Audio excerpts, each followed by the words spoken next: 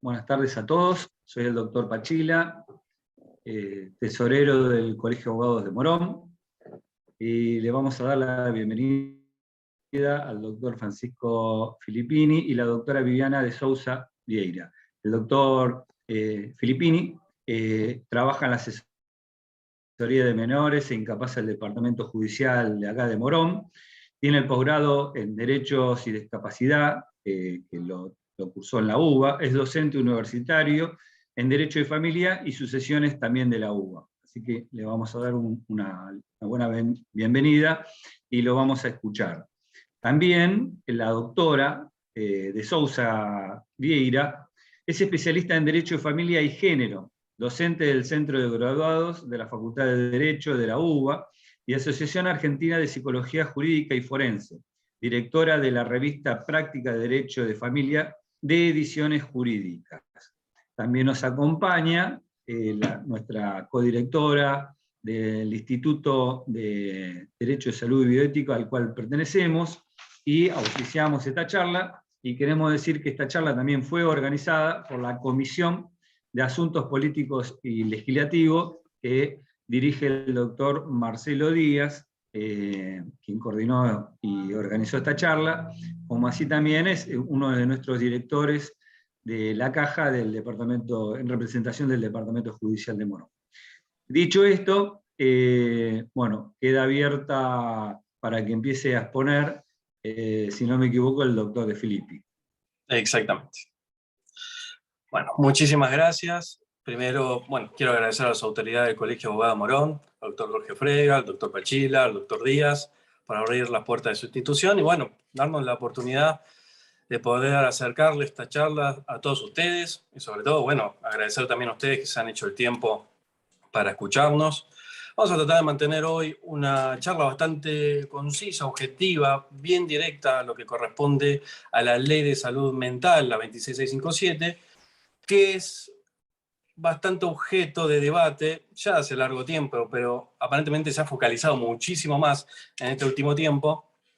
Y a ver qué nos espera el día de mañana con los proyectos de ley que ya se están trabajando y presentando en las diferentes comisiones de Congreso.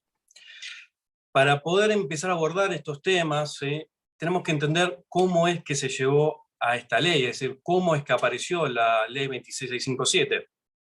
La realidad es que la ley se promulgó en el año 2010, pero ya venía con antecedentes, con su propio proyecto de ley del año 2007. Más allá de las comisiones o los dictámenes que se hacían en comisiones de diferente tipo de índole, como era acciones social o salud pública, por ende ya existía un debate previo bastante amplio con respecto a los alcances que podría llegar a existir con la ley 26657.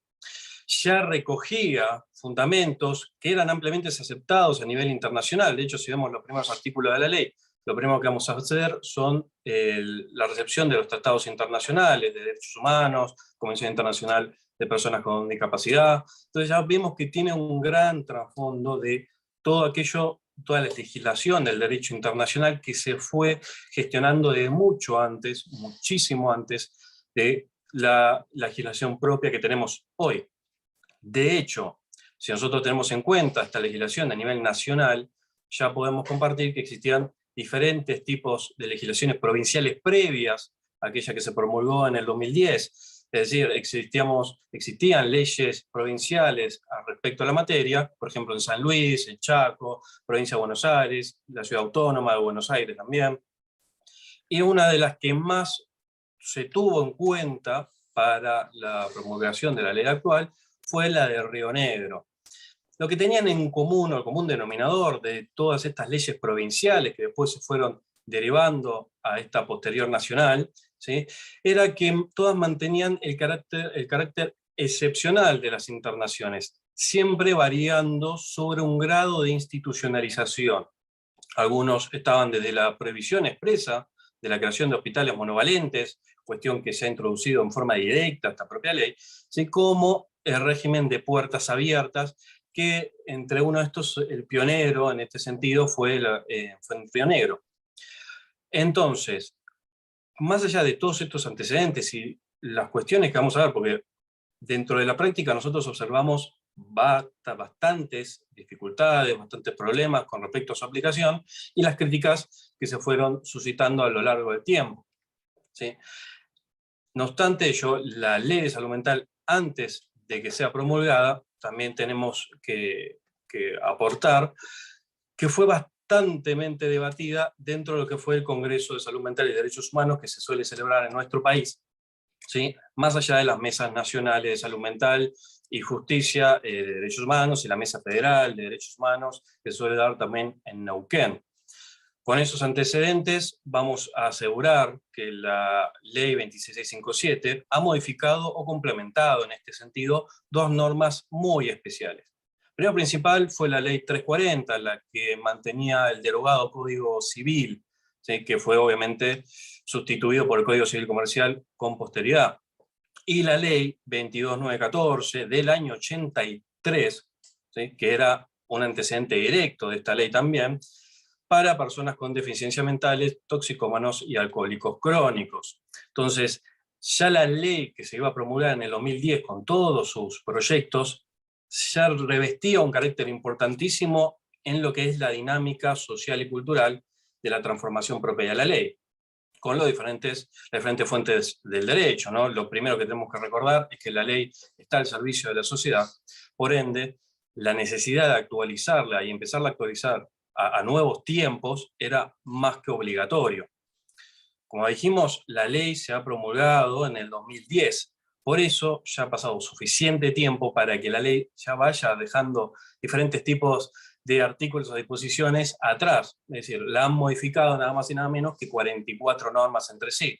Algunas entre los decretos reglamentarios, que siempre suelen complementarse entre otras leyes, y las normas de habilitación y establecimientos y servicios de salud mental, que fue una de las más importantes. Teniendo en cuenta estos antecedentes, entonces tenemos que decir cuáles fueron sus principales cambios, es decir, cuál era el destino que buscaba dar la ley 26657 a lo que conocía los problemas de salud mental, el régimen de internaciones. A nivel legislativo, lo primero que vamos a decir fue la derogación de la ley anterior, la 22914. Pero con especiales indicaciones a lo que era el trasfondo de la aplicación directa con el Código Civil derogado. Es decir, la ley de salud mental lo que empezó a incluir y que hoy se sigue actuando dentro del Código Civil y Comercial, fue la inclusión del artículo 152 ter, que hablaba sobre la revaluación obligatoria cada 3 años de las declaraciones judiciales que restrinjan la capacidad. Pero a su vez, y cuestiones que van completamente a la materia de internaciones, fue el tan cuestionado en su momento artículo 482 del Código Civil, en el cual estaban modificándose los estándares de peligrosidad, cuando en su momento el Código hablaba de cierta actitud peligrosa que habría de temer que pudiera cometer una persona en determinada condición. Bueno, lo primero que quiso cambiar la ley entonces en este sentido fue actualizar un poco este artículo y que después fue incluido también dentro de los preceptos básicos del Código Civil Comercial y empezó a modificar este juego de palabras, como lo llamaron en su momento, a sustituirlo por el peligro cierto e inminente para sí o para terceros, como máxima propia del criterio de internación. Entonces, ya dejamos de tener una amplia gama, un libre juego en saber cómo interpretar la temeridad, el miedo de que pueda suscitar algún evento a raíz de una condición, sino que acá hablamos directamente de un peligro que debe ser previsible, un riesgo potencial específico y que obviamente tenga la suficiente gravedad para la vida de uno y para otros. Por ende, la evolución de la norma ya se vio en forma directa. También podemos verlo a nivel de los énfasis en la evaluación interdisciplinaria. Y esto hablamos, y recuerdo siempre, de los objetos de la ley 26657. ¿Qué esperaba la ley 26657 lograr? ¿Cuál era la meta? Después vamos a ver qué fue lo que pasó en realidad, cuál es lo que entonces se le critica, cuál fue el problema en su aplicación. Pero hablando de cuál era la meta específica también, era ampliar la evaluación interdisciplinaria.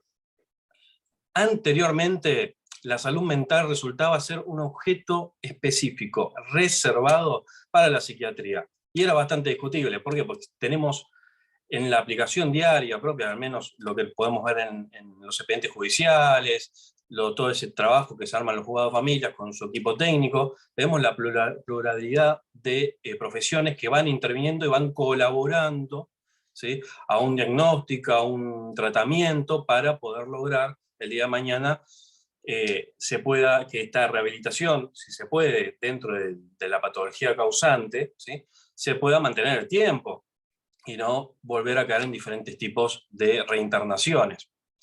Entonces, lo primero que buscaba la ley era la evaluación interdisciplinaria, ¿sí? Es decir, abordar la temática desde la perspectiva de la salud pública y no limitarla únicamente desde el lado de la psiquiatría.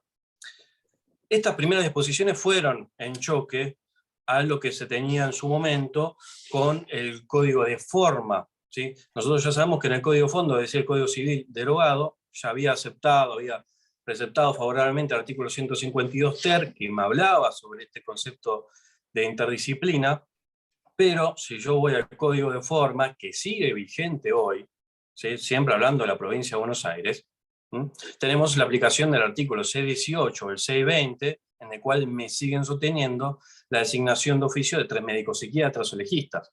Por ende, si yo voy a llevar a elementos propios de la determinación de la capacidad jurídica, que pueden o no estar internados el día de mañana, ¿sí?, yo tengo que aún así elevar el mismo pilar fundamental, que es la interdisciplina.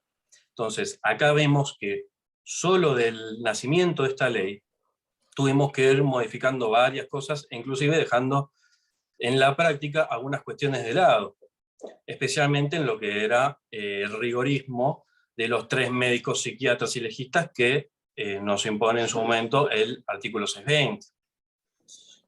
Principalmente, entre otros de los metas definidas por la ley 26657, nace la reforma del modelo psiquiátrico.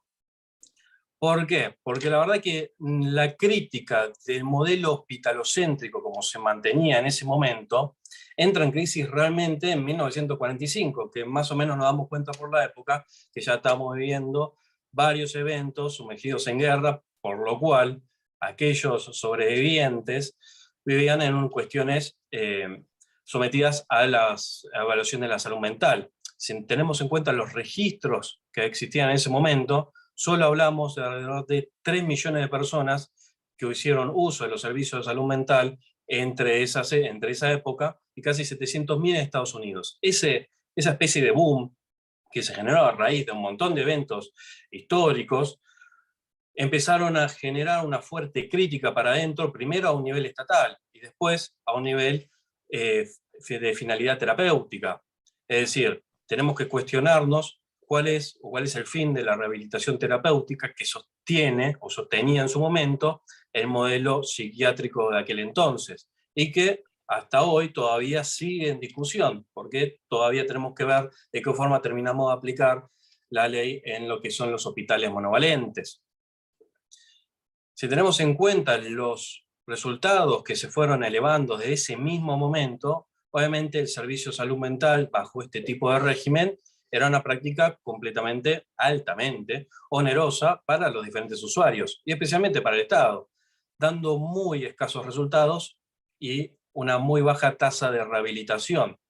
Entonces, ¿qué terminaba con la generación de pabellones de larga estadía en hospitales monovalentes que solo prolongaban la internación porque no había forma de poder revertir o no existían los medios necesarios para tratar o efectuar un tratamiento como al menos correspondía o podía acceder la ciencia médica en ese entonces, y generalmente residían hasta el final de sus días? Bueno, la realidad es que fueron cosas que fueron evolucionando, se fueron cambiando, no es que nosotros hemos caído o estamos dentro de los mismos trasfondos sociohistóricos, pero la realidad es que sí o sí hemos tenido que tomar todos estos antecedentes para decir, bueno, ¿cómo nosotros vamos a discutir nuestro modelo hospitalocéntrico? ¿Cómo vamos a discutir nuestro modelo psiquiátrico? Entonces, hay que evaluar en primer plano las condiciones de habitabilidad que existen en estos hospitales, ¿sí? Es decir, entre diferentes visitas que se van efectuando, desde las mismas críticas del régimen hasta el día de hoy, siempre están centradas dentro de niveles de hacinamiento, faltas de estándares establecidos a lo que corresponden los derechos humanos, por lo cual el centro o el régimen psiquiátrico hospitalocéntrico era altamente controvertido, seguía en gran discusión, no había forma de poder empezar a darle un nuevo ingreso a los pacientes de salud mental y que estos no se convirtieran de a poco en una parte más de la institucionalización.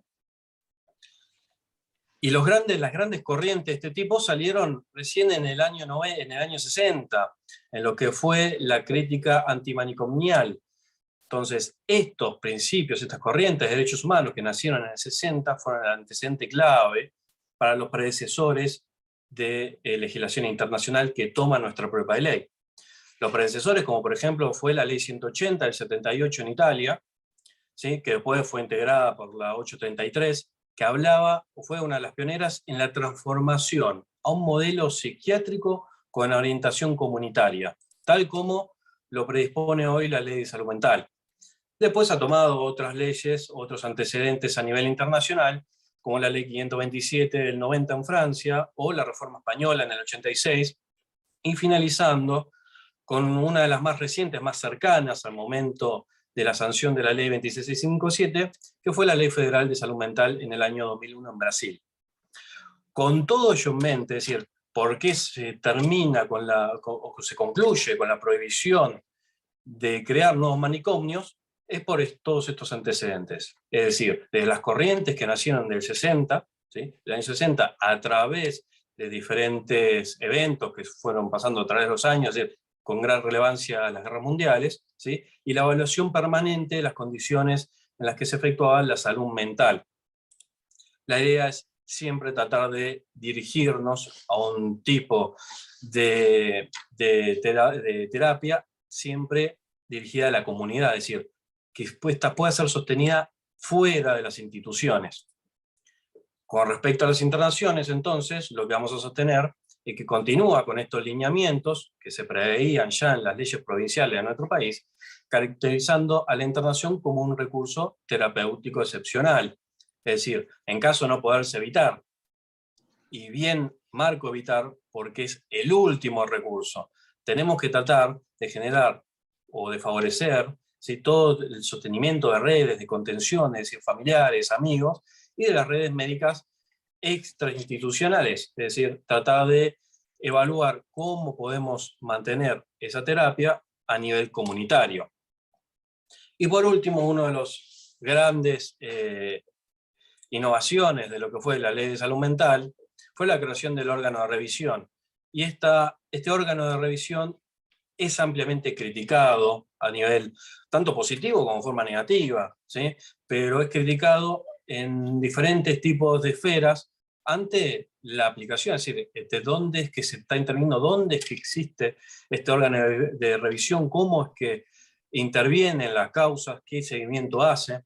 La realidad es que en su momento, cuando se dispuso la ley 26657, al momento de la creación del órgano de revisión, se mantenía que iba a ser una mesa compartida por el Ministerio de Salud, la Secretaría de Derechos Humanos y el Ministerio Público de la Defensa. La idea es, básicamente como metas, solicitar la información a las instituciones para ver en qué condiciones se efectúan los tratamientos, ¿sí?, las condiciones, o supervisar las condiciones a las internaciones también, evaluar la pertinencia de las internaciones involuntarias, es decir, tratar de separar de forma efectiva las internaciones voluntarias de las involuntarias. ¿Hasta qué punto una se puede transformar en otra? Tenemos un plazo específico que nos indica la ley, de que una internación voluntaria debe considerarse como una voluntaria y si es que se mantiene de esta forma, porque la internación tiene que ser un recurso terapéutico excepcional, es el último recurso para el tratamiento de una persona. Con esto en mente, pues ya fuimos viendo qué pasa con los antecedentes, cuál era la meta de la tan cuestionada ley 26657, entonces nos queda ver en qué cumplió, en qué no cumplió, en cuáles son específicamente las críticas que se pudieron haber o pudieron haber nacido a través de su propia aplicación.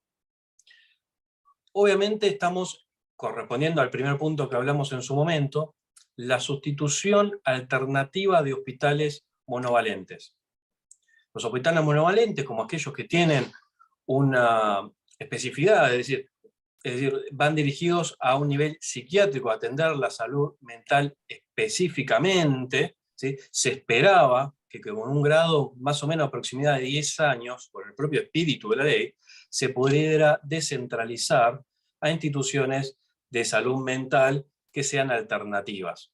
Algunos los llaman, por ejemplo, los hospitales de día, en donde tienen regímenes mucho más abiertos, donde pueden egresar con mayor facilidad, o tienen directivas de tratamiento diferentes. Pero ya no es, y no está indicado el nivel hospitalocéntrico, este régimen psiquiátrico monovalente, que al fin y al cabo, ya desde hace décadas, terminaba de funcionar como una especie de custodia de pacientes, más allá del tratamiento específico a una patología.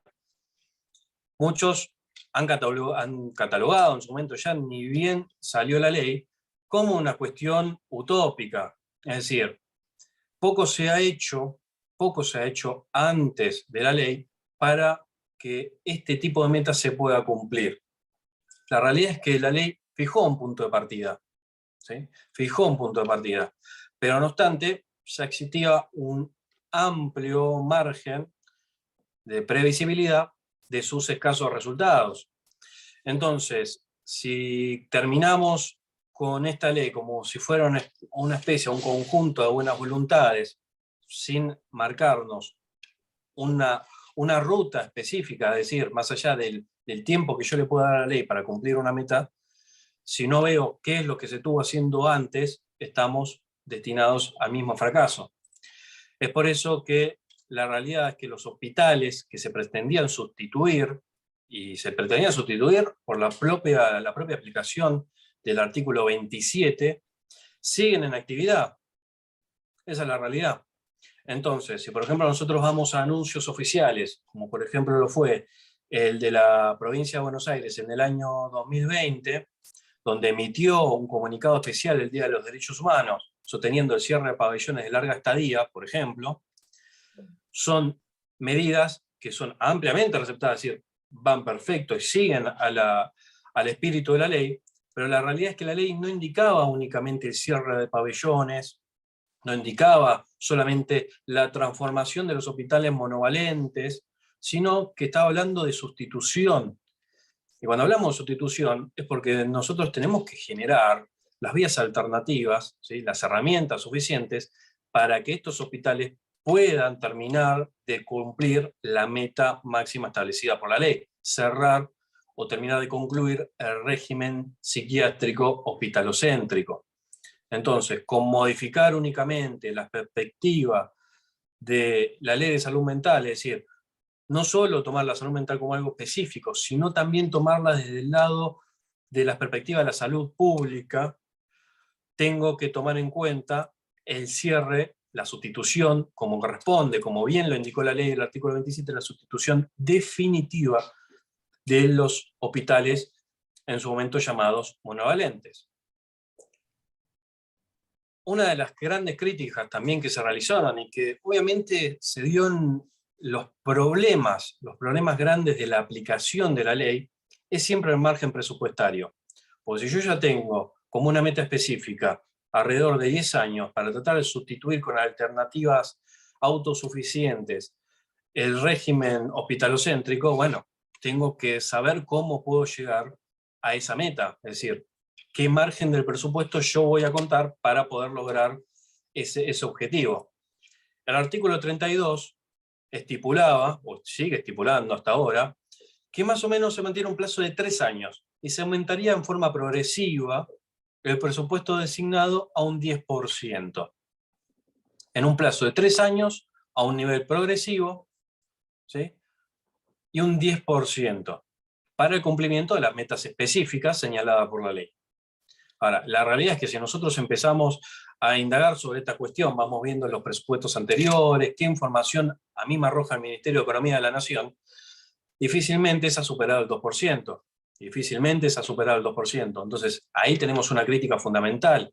¿Qué es lo que ha pasado en el medio con el margen presupuestario? ¿Cuál es el destino que se le ha dado a los hospitales y cómo estos lo han invertido para que año tras año se sigan evaluando ciertas condiciones a nivel en materia de derechos humanos que todavía tenemos que mejorar? La ley ha servido, fijó un punto de partida, lo que no quita que lamentablemente se haya cumplido en su totalidad o que no haya bastantes cosas que arreglar o tener en cuenta para los proyectos de ley. Entonces, vamos al artículo 32, recordamos, es el 10%, y este no es un indicio vago. Tenemos que tener en cuenta siempre el margen presupuestario para el cumplimiento de una ley. La escasez de recursos afecta la operatividad propia de una ley y contribuye a la falta de los compromisos. Ahora bien, si nosotros ya dijimos, hablamos de la institución, hablamos del presupuesto de las cuales se deben valer los objetivos para cumplir la finalidad propia de la ley. Bueno, tenemos que revisar entonces las cuestiones propias de la internación. Y hoy es una temática bastante discutida. Las instituciones tienen como meta, ¿sí?, que las internaciones deben ser lo más breves posibles y que éstas no se prolonguen por problemáticas de otra índole, y especifica de índole social.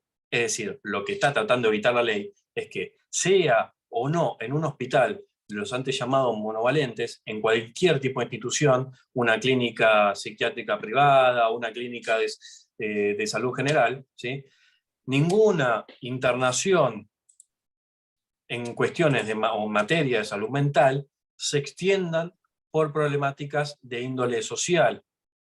Lo que obviamente podría anotarse, ¿sí?, o podría interpretarse como un principio lógico. La realidad es que genera una alta tasa de ineficacia en el abordaje terapéutico real.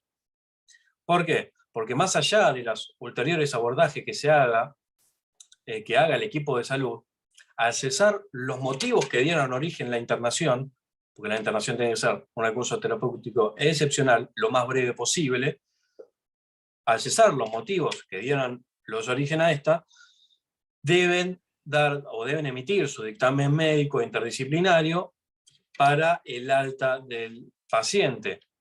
Ahora bien, ¿cómo yo el día de mañana abordo el tratamiento del causante e insertarlo dentro de la comunidad? Pues nosotros recordamos que tenemos el cambio en régimen hospitalocéntrico derivado a la propia comunidad, es decir, a la inserción de la comunidad. Entonces, acá es donde empezamos a ver cuál es el acompañamiento familiar, y si es que lo tiene, el acompañamiento familiar, si no son pacientes que se han encontrado en situaciones de calle, como suele pasar, o pacientes que no tienen acompañamiento familiar, es decir, no tienen referentes familiares, o conocen la situación, no se acercan, no tenemos un núcleo familiar continente, ¿sí?, o allegados, o referentes familiares. Todo esto, si yo ceso, ¿sí?, los elementos propios o los motivos que dieron la internación, fácilmente puedo prever que el día de mañana se va a traducir nuevamente en una internación, en una reinternación. Entonces, amplios son los expedientes en donde nosotros solemos ver como carátulas repetidas, pacientes que suelen salir, están 3 meses internados, se los externan y no pueden mantener un régimen terapéutico suficiente para que dentro de 2 o 3 meses vuelvan a ingresar al mismo sistema. Hay un programa que en este sentido está muy bueno y que trabaja sobre esta cuestión, que es el PREA. El PREA es un programa de externación asistida con inclusión social.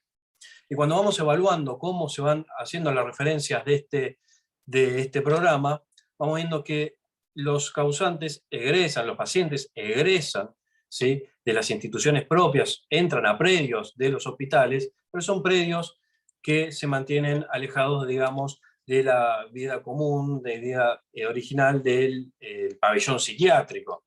Entonces suelen mantener régimen de alquileres con otros pacientes, se los suele controlar, están asistidos por un equipo interdisciplinario, ¿sí? Es decir, asistentes sociales que van valorando cómo se incluyen o cómo entran dentro de la comunidad, cómo van desarrollando sus tareas, si pueden conseguir trabajo. El programa PREA se llama. Si pones PREA, Programa de Externación Asistida, te aparece automáticamente. Este programa ha dado muy buenos resultados. Obviamente hay mucho para trabajar, pero sin duda es un buen punto de partida. ¿Qué pasa con el acompañamiento, entonces, efectivo de la post-externación? ¿Sí? Porque ocurrida la externación, cesamos los motivos que dieron origen, ¿sí?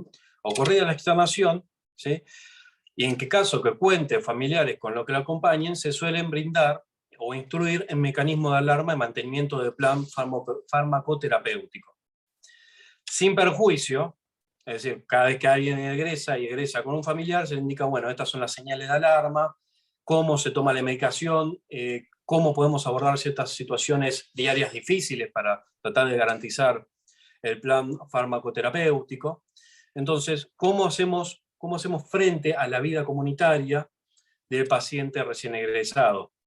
Bueno, la realidad es que este tipo de régimen tampoco que se ajusta a la realidad terapéutica, porque las familias realmente se encuentran desbordadas y no hace falta mucho, no hace falta ser ni especialista en este tema, ni dedicarse. La realidad es que hay que prender la televisión, la radio, leer el diario, y vamos a encontrar numerosos artículos sobre esta cuestión en donde, y obviamente varios que son de público conocimiento, en donde las familias se encuentran desbordadas, no tienen un norte más allá de que uno les vaya indicando para cómo podemos asistirlos a nivel diario en forma terapéutica, qué herramientas más pueden tener, qué acceso a la asistencia y acompañamiento nosotros les podemos dar a los familiares para garantizar la continuidad del régimen terapéutico.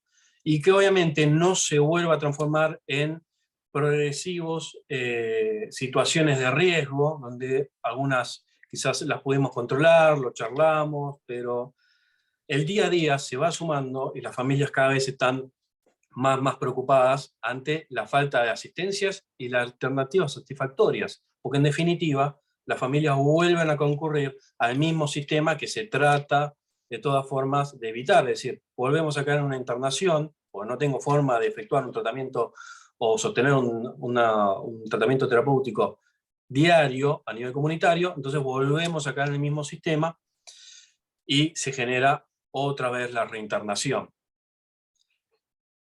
Por último, ya ir cerrando un poquito entre las últimas dos críticas grandes que se le hacen a la ley, hay una cuestión muy específica y que realmente espero, ahora la doctora Sousa Vieira nos lo va a ir indicando, pero espero que realmente sea uno de los objetos de las diferentes reformas, ¿sí? Es decir, hablamos de la interdisciplina a la multidisciplina. Es decir, nosotros hemos hablado como grandes avances el dinamismo entre el equipo interdisciplinario, cómo se ha ido alojando en las diferentes esferas a nivel legislativo, pero desde el comienzo de la ley se empezó a crear una problemática en este sentido. Es decir, cuando nosotros hablamos de la interdisciplina, podemos citar automáticamente, por ejemplo, el artículo 8 o el artículo 12, si mal no me equivoco, en donde hablamos de formas expresas que la administración de fármacos se encuentra en cabeza de un equipo interdisciplinario. No obstante, no hace aclaraciones de rigor al mencionar obligatoriamente las indicaciones de un psiquiatra. Y eso lo vamos a encontrar en el artículo 12. Sí, y me parece un gran logro en este sentido, por ejemplo, que el artículo 8 cuando habla que la atención de salud mental esté a cargo de un equipo interdisciplinario. Sí, porque varias ramas son muy necesarias. El psicólogo es necesario, el psiquiatra es necesario, el trabajador social es igualmente necesario, y otras que van asistiendo, como es a nivel enfermería, entre otras. Entonces, acá tenemos que recordar, y algo que fue altamente criticado, por ejemplo, por la Asociación Argentina de Psiquiatría, era recordar, ¿sí?, que la administración o las indicaciones de fármacos resulta ser propiamente un acto médico. Por ende, el tratamiento de la salud mental está involucrada, sí o sí, la psiquiatría. Entonces, lo que hablamos entre la diferencia entre interdisciplinario y multidisciplinario es que cada rama, cada profesión participe en todo el proceso. Hablamos de diagnóstico, tratamiento, ¿sí? Pero debemos recordar cada una de su campo específico. Entonces, si podemos poner en la misma cabeza del psicólogo o ni hablar de un asistente social las indicaciones farmacoterapéuticas, podemos estar en un gran problema. Creo que es una de las cosas, en mi opinión, que son las primeras que tenemos que cambiar, de hablar de multidisciplina.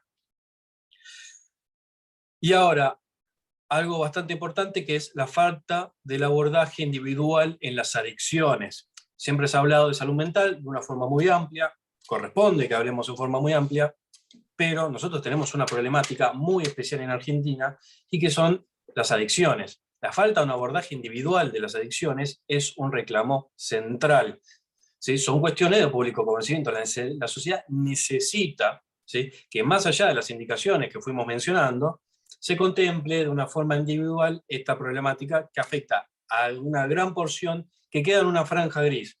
Es decir, cuando nosotros solicitamos una evaluación de un paciente, ¿sí?, va al hospital y el hospital dice: mirá, con respecto a lo que a mí me compete en la ley de salud mental, yo no encuentro un riesgo cierto inminente, ¿sí?, para sí o para terceros, con respecto a un paciente que puede estar sumergido en una situación problemática, o un consumo problemático de sustancias. Entonces, este tipo de situaciones quedan mucho en una especie de franja gris, en donde no acceden a un servicio, y por el otro les faltan un montón de alternativas para poder cumplir la meta. Y por último, para terminar de cerrar, y ya te voy a ceder la palabra, Vivi, es el órgano de revisión. Y el órgano de revisión, nosotros dijimos, ¿sí?, tiene una finalidad en lo que es la práctica, al menos yo puedo decir, muy pocas veces visto, ¿sí? Lleva un trabajo, ¿sí?, lleva un trabajo diario, permanente, pero entonces, ¿cuál es la participación dentro de los procesos de la internación? ¿Dónde vemos reflejado gran parte de todo ese trabajo que se lleva a cabo, y que en definitiva queda también en cabeza de la desazón de las propias familias, ¿sí?, y la dirección que se le da al proceso en los expedientes de internación o determinación de capacidad, obviamente en cabeza del juzgado de familia? Antes, no sé, no puedo acceder a las charlas con preguntas que hacen. La veo minimizadas. No termino de leer bien las preguntas. A ver, ¿se puede llegar a leer alguna antes de pasar? Acá tengo. El nombre del programa, sí, perdón, es PREA. La pregunta que quiero hacer es si las licencias laborales por razón de salud mental pueden ser otorgadas por psicólogos o psiquiatras. Mirá, la realidad es que nosotros tenemos dos tipos de profesionales acá: el psiquiatra y el psicólogo. Bien, te puedo decir que cada uno respecta a un campo específico. El psiquiatra es médico psiquiatra, ¿sí?, va a diagnosticar, tiene un trastorno, va a ubicar un trastorno de salud mental que debe ser llevado a cabo a través de fármacos. Y el psicólogo, que para mí es igual de necesario en este sentido, pero para poder continuar, en caso de que corresponda, un tratamiento completamente diferente al que puede aportar el psiquiatra. La realidad es que vos lo tenés que manejar en este sentido, cuál es la problemática de fondo que a vos que nace esta cuestión, ¿sí? Pero sí o sí, por favor, separá estos dos lados, la psiquiatría y la psicología. No robo más tiempo, así le cedo la palabra a la doctora de Sousa Vieira. Por favor, Vivi. Bueno, muy buenas tardes a todos. Como dijo Francisco, muchas gracias por tomarse un tiempo como para escucharnos. Agradezco también a las autoridades del colegio y las autoridades también de la institución, del instituto, en realidad del instituto. Voy a compartir pantalla. A ver, aquí. Bueno, vamos, le voy a poner la copita, yo le llamo la copita para ver todo. A ver, no. A ver, perdón, Perdón porque estoy haciendo lío. A ver, compartir pantalla. Acá está. Y vamos a esta. Ahí. Bueno, lo voy a dejar ahí. Vamos a ver hoy las modificaciones a la ley de salud mental. En realidad hay muchísimos proyectos, hoy vamos a ver algunos nada más, pero yo diría que hay como 10 proyectos relacionados a distintas problemáticas, ¿no? En cuanto a esta ley, que es una ley que en realidad ha hecho desde ya una mejora desde el punto de vista de los derechos humanos increíble. Porque respecto de esto de que hablamos de estas instituciones cerradas, manicomiales, custodiales, donde realmente las personas estaban 30, 40 años, se cronificaba en realidad esos tratamientos. Muchas veces porque esas personas no tenían dónde volver, es decir, no tenía quien los acompañara, es decir, perdían todas las relaciones sociales. Bueno, esa es una solamente de todas las aristas de que esta ley tiene que contemplar. Pero ¿qué pasa que con esta ley? Hay una diferencia fundamental entre lo que dice la norma, la fría letra de la norma, y la operatividad de esta ley. ¿Se puede aplicar? Bueno, ahora vamos a ir viéndolo. Tenemos un plexo normativo que sabemos bien que no es solamente la 26657, sino que también tenemos que tener en cuenta estos tratados de derechos humanos, porque son fundamentales y porque le han dado base al nacimiento de esta ley, como ya lo ha dicho Francisco. Entre ellos esta Convención Interamericana para la Eliminación de todas las formas de discriminación contra las personas con discapacidad, pero sobre todo la Convención sobre los Derechos de las Personas con Discapacidad con jerarquía constitucional y su protocolo facultativo. Además, bueno, tenemos específicamente todas las normas que se encuentran en la ley y su decreto reglamentario. Y además de todo eso, la modificación del Código Civil y Comercial de la Nación, que trata esta temática a partir del artículo 31 y siguientes. Ahora me gustaría compartir con ustedes este informe, un informe del relator especial de la ONU sobre el derecho que tienen todas las personas al disfrute del más alto nivel posible de la salud física y mental. Esto fue en el 2017. Y en este informe el relator decía que a la escala mundial se destina a salud mental menos del 7% de los presupuestos de salud. Y en los países de bajos ingresos se emplean en este ámbito menos de $2 anuales por persona. Que la mayor parte de la inversión se dedica a la atención de larga duración en instituciones. Volvemos con estas instituciones monovalentes que se dedican solamente a la psiquiatría. Y a los hospitales psiquiátricos, lo que se traduce en una ausencia casi total de políticas para promover la salud mental. Una salud mental que tiene que ser para todos. Esto después lo vamos a volver a retomar. Este tema que es tan importante porque para que esta ley pueda ser implementada necesitamos recursos. Por ahora esos recursos no existen. En la historia tenemos diferentes modelos de tratamientos que se le han dado a las personas con discapacidad, según Palacios. Un modelo de prescindencia era ese que cuando estudiábamos Roma antigua, que estábamos hablando de Esparta, Atenas, no sé si ustedes se acuerdan, que había un monte que se llamaba Taygeto, donde cuando nacía un niño con discapacidad, era arrojado a ese monte. No solamente esos niños que nacían deformes, que decían que en realidad venían por un motivo religioso, que era una maldición, pero además de eso, de ese motivo religioso, porque esto también pasaba con las personas ancianas, era porque esa persona con discapacidad no era útil en ese tipo de la sociedad. Imaginen ustedes que si estamos hablando de Atenas, que hacía un culto a la belleza, y si hablamos de Esparta, donde realmente todos los ciudadanos de Esparta tenían que ser útiles para la guerra.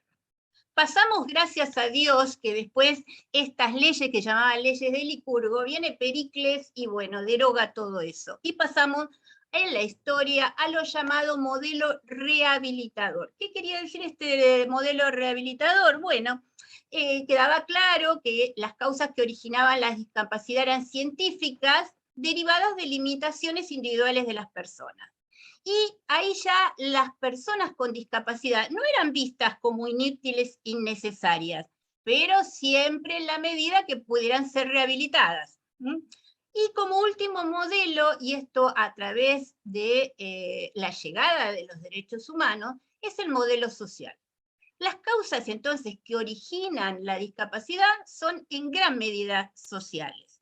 Es una construcción entonces la discapacidad, un modo de opresión social y apunta a la autonomía de la persona con discapacidad, para la cual deben elimitarse cualquier tipo de barrera. Ahora, en función de esto, entonces, tenemos esta ley de salud mental que tiene sus luces y sombras, y en realidad hay determinados artículos que en la práctica no se pueden aplicar. ¿Qué pasa esto? Hay un clamor social que lleva a que en las agendas legislativas estos temas tienen que ser tratados. Y de esta manera se han presentado varios proyectos. Vamos, uno de ellos, el de Gutiérrez Hernández, que es la modificación, lo que propone es la modificación del artículo 5 de la Ley de Salud Mental y le incorpora el artículo 20 bis. Esto que había hablado Francisco anteriormente, ¿qué se llama esto de concepto de riesgo cierto e inminente? Este artículo 5 de la Ley de Salud Mental, que aún no fue reglamentado, nos habla de la existencia de diagnóstico en el campo de la salud mental. No autoriza en ningún caso a presumir riesgo de daño o incapacidad, lo que solo puede deducirse a partir de una evaluación interdisciplinaria de cada situación particular en un momento determinado. Este proyecto, ¿qué hace? Lo modifica este artículo y entonces habla a partir de una evaluación interdisciplinaria de cada situación particular en un contexto y circunstancias actuales determinadas. Luego nos habla de la internación involuntaria, la modificación. Habíamos hablado del artículo 20, que debe concebirse la internación, había dicho Francisco, como último recurso terapéutico, en caso de que no sean posibles abordajes ambulatorios, y solo puede realizarse cuando a criterio del equipo de salud mediara una situación de riesgo cierto e inminente para sí y para terceros. Para que procediera a la internación involuntaria, además de los requisitos comunes a toda internación, se debía hacer constar un dictamen del profesional del servicio asistencial que realizar la internación, ausencia de otra alternativa eficaz para su tratamiento, informe acerca de las instancias previas implementadas si las hubiera. Además de este artículo, este proyecto agrega otro artículo, el 20 bis, que se entenderá a los fines de la presente ley el concepto de riesgo cierto e inminente, que sería aquella contingencia o proximidad de un daño que pueda producirse en las circunstancias de un sujeto en forma inmediata o muy próxima en el tiempo.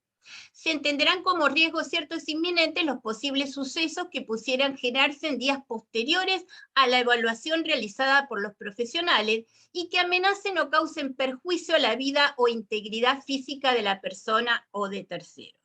En ese caso, el equipo profesional interveniente puede valerse para la evaluación de aspectos contextuales formales recientes, por ejemplo, la constatación de episodios de auto o heteroagresividad que pongan en riesgo la vida propia o de terceros, así como la evaluación de otros equipos interdisciplinarios tratantes en este periodo.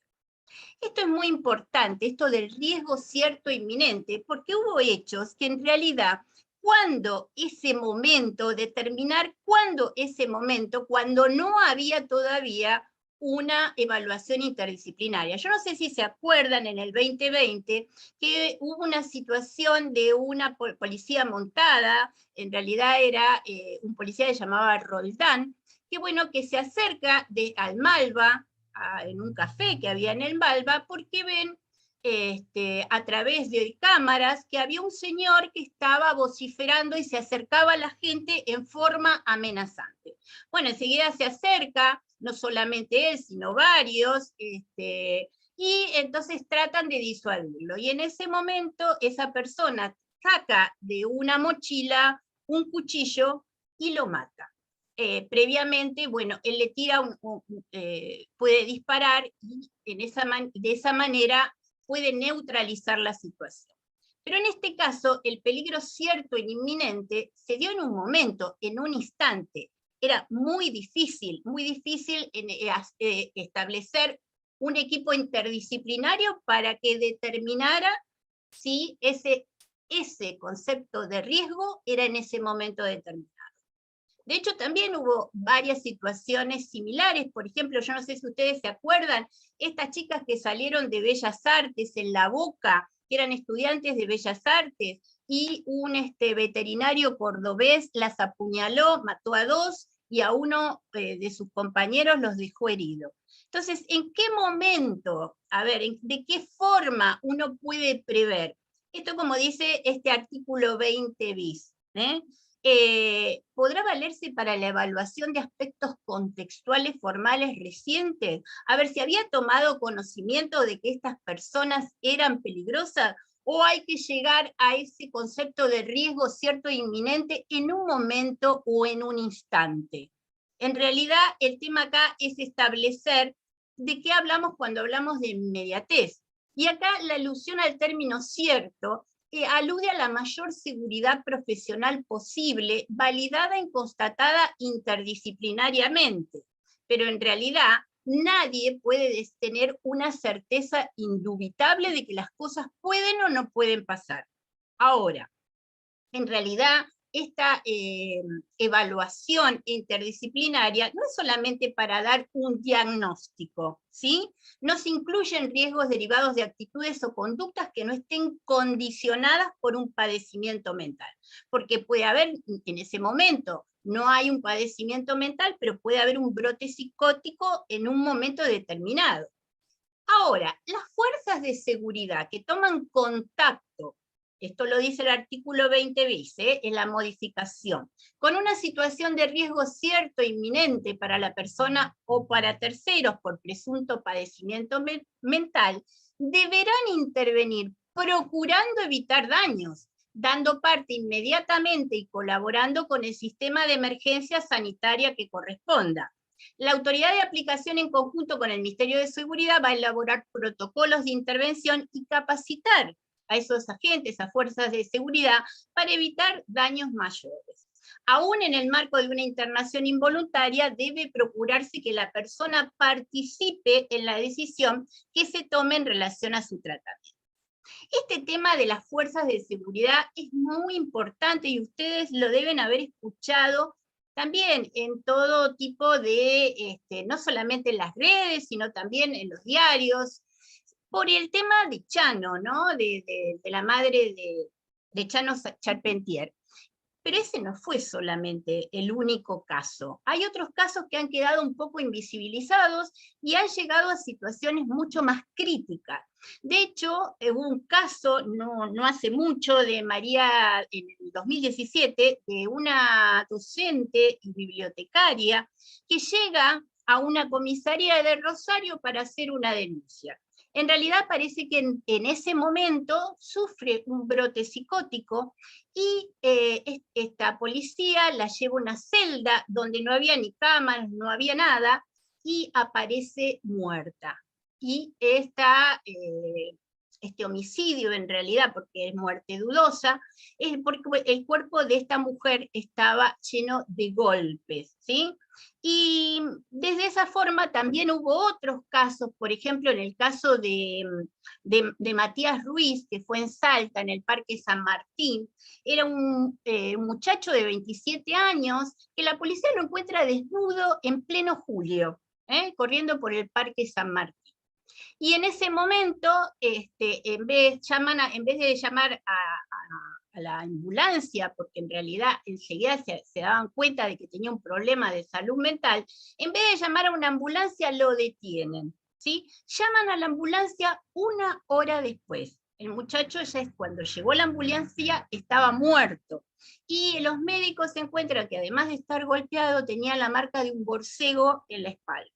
Otra situación, digamos, de crudeza en la represión de personas que padecen este tipo de brote, y en realidad no se tiene en cuenta porque no hay una preparación específica con respecto a las fuerzas de seguridad. Lo mismo pasó en Entre Ríos, ahora en el 2021, con Victoria Núñez, una mujer trans, que su pareja le había llamado al 911, también por un brote psicótico, y la policía, para llevársela, se subieron a la espalda. 6 policías se subieron a la espalda. Cuando llegan sus familiares, se encuentran que la misma estaba muerta. Entonces, en función de eso, este artículo, este pedido de la reforma que agrega este protocolo para capacitar a las fuerzas de seguridad. Específicamente los fundamentos de este proyecto hablan del concepto de riesgo cierto e inminente de esta ley y su decreto reglamentario, y determinan que en la práctica hay criterios encontrados en los equipos profesionales, provocando dificultades serias para que dicha evaluación pueda resultar decisiones compulsivas sobre el devenir terapéutico del paciente. Además, las evaluaciones interdisciplinarias que solo se valen de la escucha momentánea del paciente resultan parciales, una historia, e insuficientes, desconociendo la existencia del real riesgo cierto e inminente y provocando errores graves en la estrategia terapéutica que desde entonces se desprende. La redacción inicial de la 26657 en su artículo 5 hablaba de momento determinado. Entonces, la visión estaba puesta de estos profesionales en un instante en el tiempo, un aquí y ahora, limitando la posibilidad de inferir el daño inminente posterior. Es decir, si en el momento de la evaluación no había ningún problema, no había signos de que esa persona pudiera tener un diagnóstico que realmente llevara a inferir un daño cierto e inminente, realmente no tomaban intervención. Pero acá lo que habla es que hay que ver un poquito más allá, ¿sí? Y en la interpretación cotidiana, nos dice el fundamento de este proyecto, parece confundirse el concepto de inminente con inmediato, ¿sí? La ley menciona claramente el concepto de inminente, que podría interpretarse como que está a punto de suceder o que está muy próximo en el tiempo, mientras que inmediato alude a algo que sucede o se realiza justo antes o justo después de otra cosa, sin mediar tiempos entre ellas. Bueno, entonces lo que tenemos que evitar son interpretaciones literales de este término. Ahora, lo mismo podemos hablar con respecto al concepto cierto. Con el mismo se alude a seguridad, validada de las apreciaciones e inferencias realizadas por los profesionales intervenientes, pero que difícilmente puedan ser expuestas como certezas.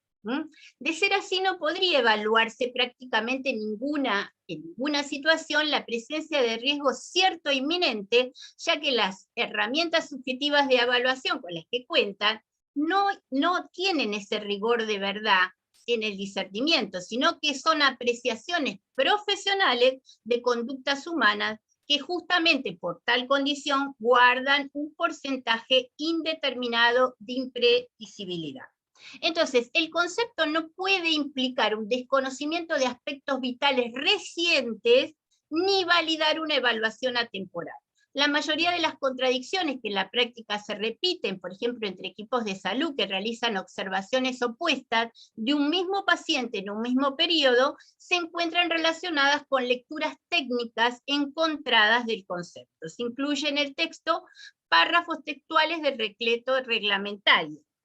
Las fuerzas de seguridad que toman contacto con una situación de riesgo cierto e inminente para la persona o para terceros por presunto padecimiento mental, deberán intervenir procurando evitar daños. Entonces, es decir, que a la fuerza de seguridad se le da la función de determinar esa situación de riesgo cierto e inminente, porque el policía del Roldán, cuando actuó, o por ejemplo, la policía cuando fue en el momento que la llamó la madre de Chano, tienen que decidir si hay una situación en ese mismo instante de riesgo cierto e inminente, porque si no, no podrían actuar. lo que correspondería en realidad, si no se diera esa situación, es trasladarlo, ¿sí?, enseguida para ser evaluado. Pero muchas veces esto, es decir, es una línea de tiempo, es decir, muy corta. Entonces, estando al corriente de que la práctica se generan situaciones inciertas respecto a quién debe actuar en caso de existir la presunción de un riesgo cierto e inminente, consideramos adecuado reproducir en el cuerpo del texto de la ley una parte del decreto reglamentario que es específico respecto al accionar de tales situaciones. La autoridad de aplicación, en conjunto con el Ministerio de Seguridad, elaborará protocolos de intervención y capacitación en base al criterio de evitar todo tipo de daños para sí o para terceros. Somos conscientes de que las fuerzas de seguridad no cuentan en la actualidad con la debida capacitación para actuar en tan delicadas situaciones. Es por ello que consideramos necesario revalidar el texto del decreto reglamentario, incluyéndolo en la modificación de la ley propuesta. Y es así que nace la resolución 506 de 2013 del Ministerio de Seguridad. Ustedes me dirán, pero ¿cómo? Esto es de 2013 y lo de Chano pasó ahora. Bueno, a ver, como todo, tenemos una ley, Micaela, que tampoco se aplica. Estamos hablando de muchas veces de leyes que son letra muerta, porque no son operativas.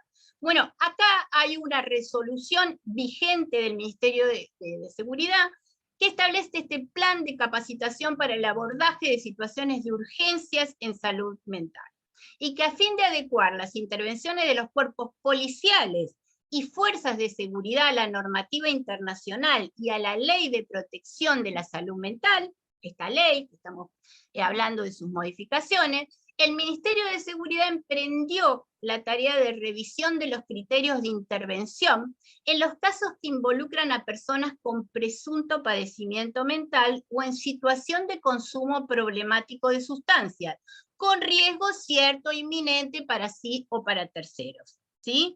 Bueno, confórmase una mesa de trabajo para el desarrollo de capacitaciones para la adecuada implementación de pautas aprobadas en la presente resolución, que estará integrada por la Dirección Nacional de Derechos Humanos, la Coordinación para el Desarrollo de Acciones de Prevención orientadas a la atención de adicciones, la Dirección Nacionalidad de Formación y Capacitación de la Secretaría de Coordinación, Planeamiento y Formación. Vamos a otro proyecto. Proyecto de ley de Mariana Stillman, ¿sí? Es del 21, y este proyecto lo que hace es armar un programa nacional de prevención y asistencia pública integral de las adicciones y estupefacientes. Vamos al proyecto. En el artículo 4, la Ley de Salud Mental habla que las adicciones deben ser abordadas como parte integrante de las políticas de salud mental. Las personas con uso problemático de drogas legales o ilegales tienen todos los derechos y garantías que se establecen en la presente ley en relación con los servicios de salud. Por lo tanto, este proyecto crea en el ámbito del Ministerio de Salud de la Nación el Programa Nacional de Prevención y Asistencia Pública Integral de Adicciones y Estupefacientes. Su artículo 8, las jurisdicciones que adhieran al presente programa deberán adecuar sus servicios de asistencia especializada en adicciones y salud mental, como así centros de atención primaria de la salud, a fin de que funcionen como equipos interdisciplinarios que admitan la demanda tomando los siguientes parámetros. Evaluar las consultas que espontáneamente reciban de los pacientes, sus familiares o referentes, determinar en un lapso aproximado de 2 meses el tratamiento a seguir, el que debe contemplar las características singulares de la persona, el contexto en que la misma se encuentra inserta, y las características específicas de la relación adictiva, proponer al paciente diversas alternativas posibles y recomendar la más adecuada, incluir en el plan de tratamiento estrategias de reducción de daños con el objeto de minimizar los daños asociados al problema de la adicción. Acordar con el paciente en el marco del consentimiento informado por escrito la propuesta de tratamiento. llevar adelante los tratamientos psicológicos y psiquiátricos en los casos que así se determinen, pudiendo ser estos individuales, familiares, grupales, hospital de día u otros dispositivos según la necesidad de cada situación particular. Asegurar la internación según los mecanismos que establezca la reglamentación para cada jurisdicción para situaciones de crisis y otras situaciones que el plan de tratamiento determine, procurando que esta sea una medida de último recurso y por el menor tiempo posible. Acá me habla de crisis, no me habla de riesgo cierto e inminente. Y el artículo 28, que también lo van a modificar, me dice que las internaciones de salud mental, este está vigente de la Ley de Salud Mental, deben realizarse en hospitales generales. A tal efecto, los hospitales de la red pública deben contar con los recursos necesarios. El rechazo de la atención de pacientes, ya sea ambulatorio o internación, por el solo hecho de tratarse de problemática de salud mental, será considerado acto discriminatorio. Vamos a la realidad. ¿Ustedes creen que en los hospitales generales se puede atender personas con un brote psicótico cuando faltan camas?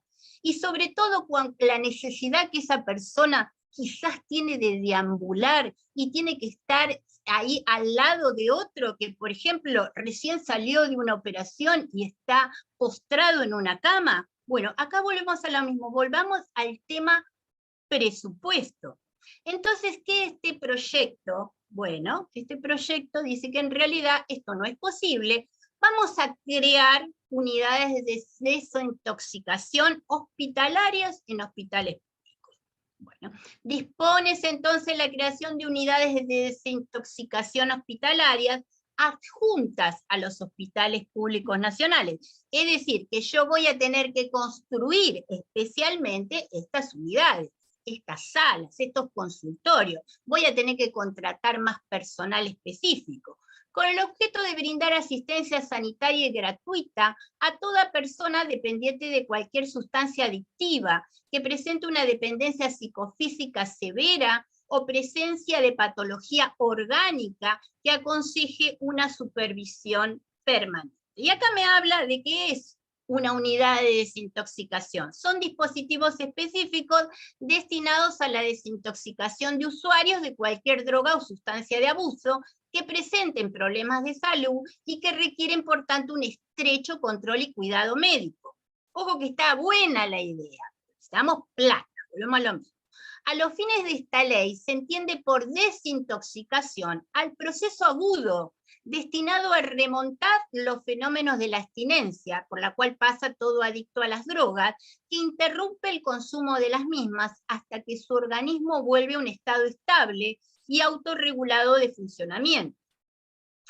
Estas unidades de desintoxicación se adscribirán a los hospitales públicos pertenecientes al Estado Nacional, dependiendo de los mismos orgánica y estructuralmente.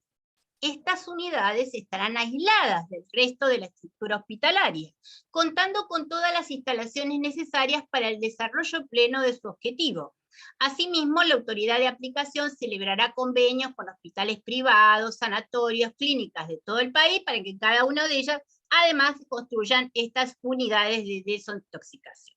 ¿Qué pasa con el equipo interdisciplinario?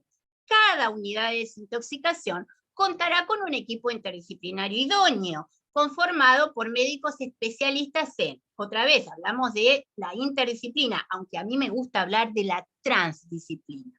Psiquiatría, médicos residentes en psiquiatría, médicos toxicológicos, psicólogos, enfermeros, trabajadores sociales, agentes sanitarios y otros profesionales del campo médico y psicosocial que se consideren necesarios, personal administrativo y de seguridad. Eso es muy importante. Capacitación y formación. Se debe garantizar la capacitación y formación de todo el personal, así como su permanente actualización en drogadependencia y en otras alteraciones psicológicas y trastornos psiquiátricos asociados a pacientes toxicómanos. El acceso a los pacientes a estas unidades de desintoxicación se realizará directamente o bien por una derivación que haga cualquier otro efector de la salud de la zona más próxima a la que se radique esa unidad.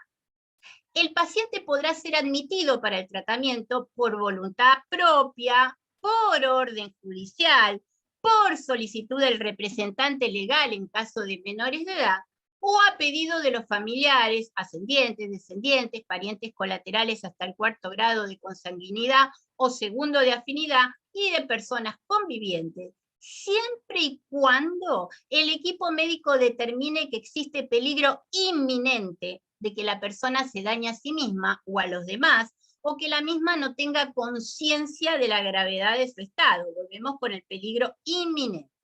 En estos últimos supuestos, será obligatorio para el hospital receptor dar posteriormente inmediata intervención, y acá crea un juzgado especializado, a un juez especial de prevención y tratamiento de la adicción. Nosotros todavía estamos esperando los juzgados especializados en violencia de género.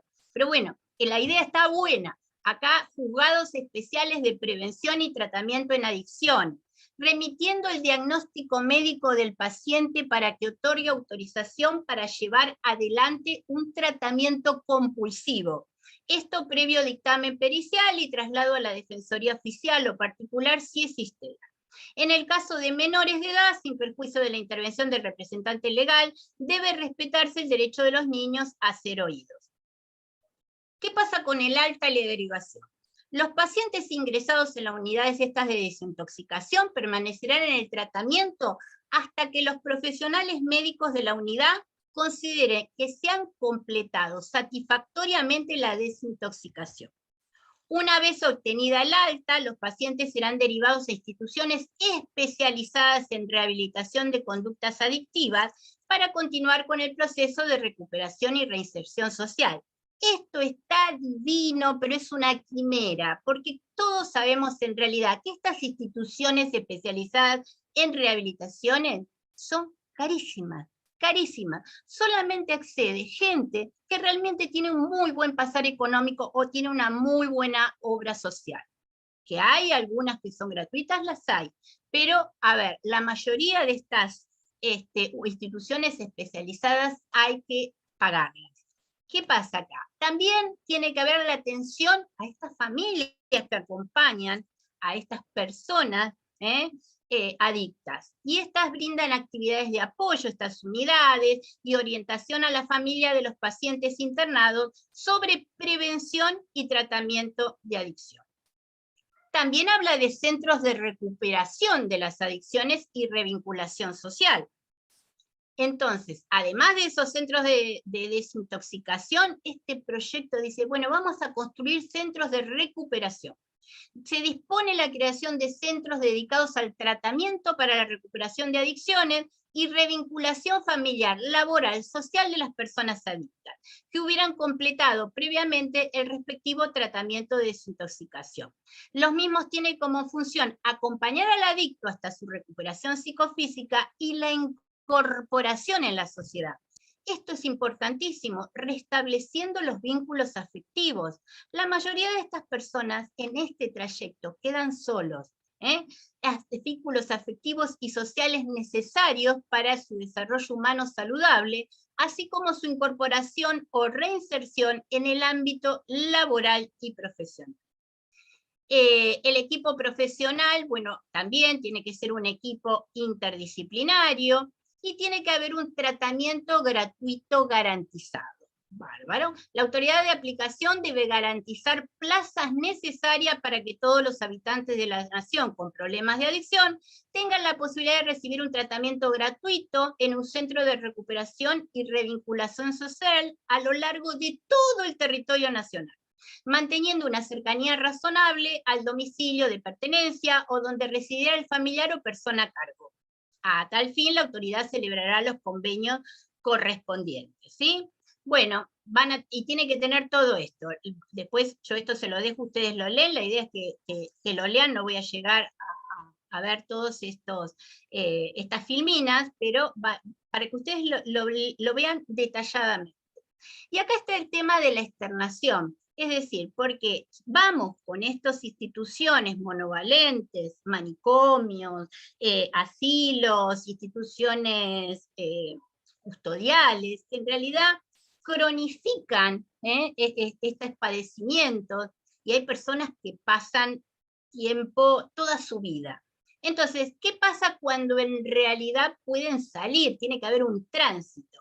Y acá se recomiendan otro tipo de modalidad, la de modalidad del hospital de día y hospital de noche, el de noche con tratamiento en consultorios externos durante el día, un tratamiento en consultorios externos, una internación sin retiro, y esto que es tan importante, ¿no? El sistema de casas de medio camino. En Cava hay una casa de medio camino, que es la casa de Pedro Goyena, donde mujeres embarazadas y con hijos que padecen salud mental, luego de su externación pueden vivir, como máximo son 10, 12 personas, hasta que realmente están preparadas para salir a la sociedad. Bueno, en esos casos siempre también hay un equipo interdisciplinario donde los capacita laboralmente, hay talleres de artes y oficios, pero convengamos que no hay presupuesto nacional en todos lados para que existan estas casas de medio camino. También se les da el tratamiento psicológico y psiquiátrico que necesitan. Bueno, hay propuestas también de tratamiento dentro de las casas de medio camino, y según el informe de la INADI, aproximadamente el 70% de las personas internadas continúan en los hospitales psiquiátricos una vez terminado el tratamiento. Entonces, las casas de medio camino son dispositivos integrales de vivienda asistida con fines terapéuticos para atención de la salud mental, desde ya que tienen carácter transitorio, y prepararlo a ese paciente para su reinserción social y laboral. Y la idea es que no permanezcan por más de un año. Y en el mismo proyecto se incorpora el artículo 5 bis, que se entenderá como manicomio, neuropsiquiatra, instituto monovalente de internación. A todo hospital, institución o dispositivo público o privado, cuya estrategia terapéutica en materia de salud mental se encuentre basado en el abordaje de los padecimientos de salud mental en exclusividad, reduciendo la complejidad propia de cualquier persona a los caracteres de trastorno o patología mental, o presumiendo la incapacidad a partir de un diagnóstico clínico psiquiátrico, que se caracteriza por ausencia de estrategias terapéuticas con anclaje territorial o comunitario, consagrando la internación como elemento prioritario de tratamiento, favoreciendo el aislamiento y la desvinculación respecto de lazos sociales, familiares y culturales, en detrimento de la autonomía, la libertad y la autodeterminación. En Argentina, hoy, 2022, hay 12.035 personas que viven distribuidas en 162 manicomios, públicos y privados del país. Y el promedio de tiempo, en realidad son 8 años, pero algunos llegan a estar 12 años y medio. Pasan toda su vida ahí. Estos institutos manicomiales, estos institutos monovalentes, existen. Por ejemplo, el Borda. Cuando era la época estricta de la pandemia, un interno del Borda de 70 años salió a pasear, a dar un paseo, y fue atacado por una jauría de perros que se lo comió. Es decir, a ese nivel. Ya directamente se había pedido, el CELS había pedido a través de un amparo que se tomaran medidas necesarias para proteger a la gente que seguía viviendo en el Borda, que sigue viviendo en el Borda, no solamente por los perros, sino en las condiciones que estaban viviendo, y que no se tomaban las medidas necesarias para evitar los contagios por el COVID. Lamentablemente llegaron tarde. Ese hombre lo encontraron muchísimas horas después, muerto. Y esta no es la primera vez que sucede. Esto de las jaurías que matan a los internos también ha sucedido en Oppendorf, en una colonia que llaman Cambrai, no solamente acá, también en Uruguay y todo. Y lo que falla en realidad no es solamente esto del cierre, porque todos sabemos que no han construido, todo esto es ideal, lo que yo estoy hablando, estos proyectos, están muy buenos, pero para construir esto necesitamos plata, necesitamos presupuesto. Y el presupuesto hoy de salud mental no alcanza ni al 1,7%. Entonces, todas estas proyectos, digamos, o en realidad estamos hablando como si estuviéramos en el primer mundo, porque si ustedes vieran la cantidad de resoluciones que hay con respecto no solamente a esta construcción de determinados lugares como para trasladar a estas personas para que terminen de reinsertarse socialmente, hasta establecen la cantidad de metros cuadrados, cómo tiene que ser la iluminación, cuánta espacio verde tiene que haber, cuando en realidad no hay nada, porque estamos hablando de lugares públicos. ¿Qué habla este proyecto? ¿Cuál es el fundamento de este proyecto? El proyecto dice, tiene la intención de abordar la problemática de los estupefacientes desde varios aspectos. La prevención y la asistencia de las adicciones, la lucha contra el narcotráfico, la despenalización del consumo como principio de reserva del individuo y las medidas curativas para los adictos a estupefacientes que resulten sometidos a proceso penal por serle imputado algún delito. Es como la vara me parece muy alta en realidad. El flagelo de las drogas tiene muchas complejidades y abordarlas con la amplitud y responsabilidad que requiere el caso es un deber irrenunciable del Honorable Congreso. El máximo tribunal en el fallo Arriola se pronunció en relación a la prevención de las adicciones y la lucha contra el narcotráfico, al exhortar a todos los poderes públicos a asegurar una política de Estado contra el tráfico ilícito de estupefacientes y adoptar medidas de salud preventivas. En nuestras leyes no hay prevención. Hay que esperar el riesgo cierto e inminente y que pase todas estas situaciones, como le pasó a Victoria Núñez, como le pasó al cabo Roldán, como también a Matías Ruiz, es decir, un muchachito que estaba ahí, que habíamos hablado de que tenía la marca del borcego de la policía. Bueno, tenemos que esperar a eso. Desde ya que está todo enfocado hacia mejorar la situación del grupo de los vulnerables. Y la finalidad es desarrollar un sistema público de asistencia universal y gratuita para el abordaje de la problemática de las adicciones. La creación entonces de estas unidades de desintoxicación hospitalaria y esos centros de recuperación que garanticen el tratamiento gratuito para todos los habitantes de la nación. Es decir, ya sea a través de crear unidades o instituciones públicas estatales para quienes no cuentan con cobertura médica, como de la pertinente cobertura médica integral de todo el tratamiento a través de obras sociales, prepagas y demás prestadoras de salud privada, en instituciones privadas creadas o adaptadas al efecto en cumplimiento de la presente ley. Bueno, vuelve a conceptualizar qué son esas unidades, pero acá lo que hay que tener en cuenta que en realidad el tema del narcotráfico y de la droga es un problema que de alguna manera tenemos que solucionar, porque hemos sido testigos ahora en febrero de 2022 de que más de 80 personas han muerto por el tema de haber consumido cocaína adulterada, y muchos más todavía siguen internados. Entonces, esto es un problema que realmente merece especial atención, y el presupuesto tendría que estar enfocado ahí. Dice, la intervención judicial no debe eliminarse, pero debe disponerse de un modo que no redunde indefectiblemente en la vulneración de la salud de los pacientes que requieren atención por adicciones sin dilación.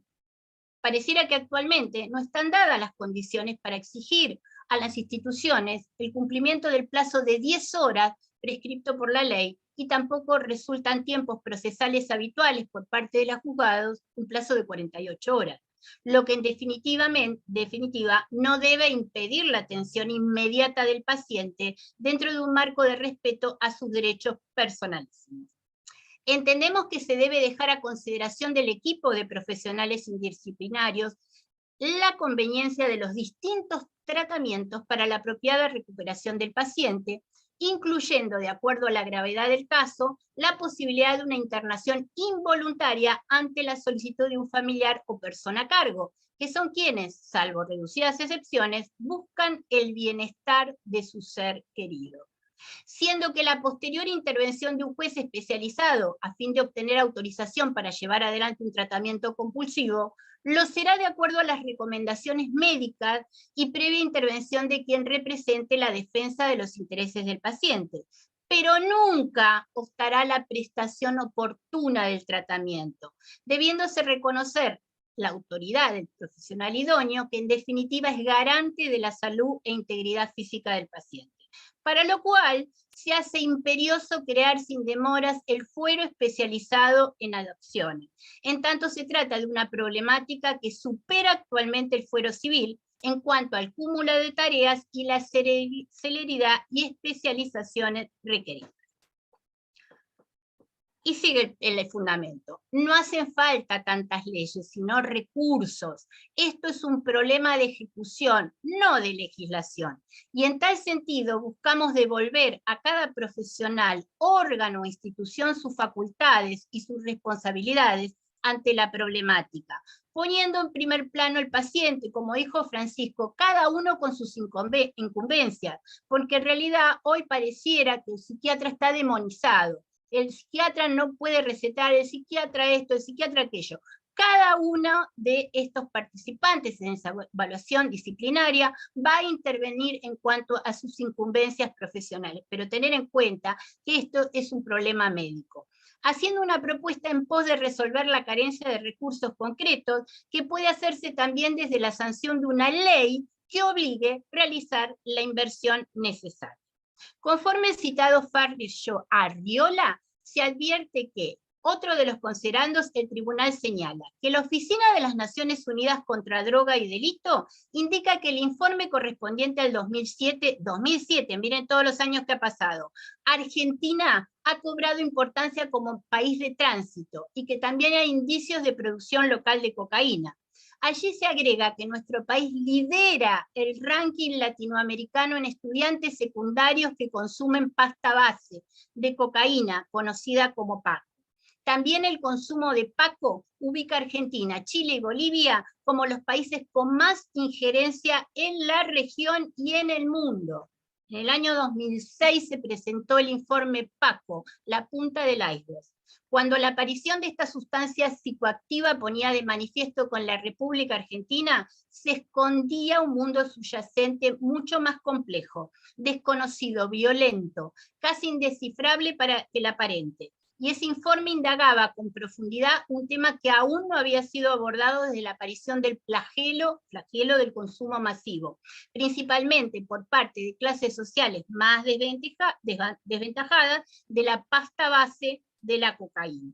La pasta base, ustedes sabrán, se generan las cocinas de cocaína y es lo que sobra, digamos, mezclada con otros elementos como vidrio molido, a fin de aumentar el volumen. La forma en que mueren los chicos es atroz, y uno cualquiera puede acercarse a un hospital público y verlos, como en qué estado llegan, y se comercializa también para su consumo directo, tratándose de una sustancia letal, es muy adictiva, y lleva a la muerte rápida a nuestros jóvenes. Eso se los debo, no es tan rápida.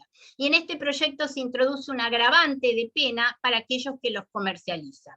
Habla de las organizaciones del narcotráfico y también, esto me parece importante, hay un proyecto, lamentablemente aún hoy sigue siendo proyecto, de resolución de citación de la ministra de Salud y el director de Salud Mental y Adicciones para que un informe verbal respecto de las políticas públicas de salud mental.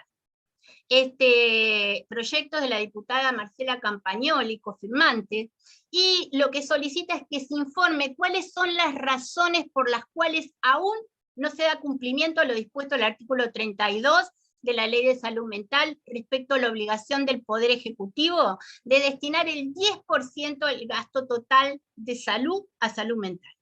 En un contexto de pandemia que implicó el aislamiento social de la población con una gran afectación de la salud integral de las personas, ¿por qué los recursos destinados a salud mental en el presupuesto aprobado para 2021 representan el 1,47%? ¿Qué acciones se implementaron para fortalecer el primer nivel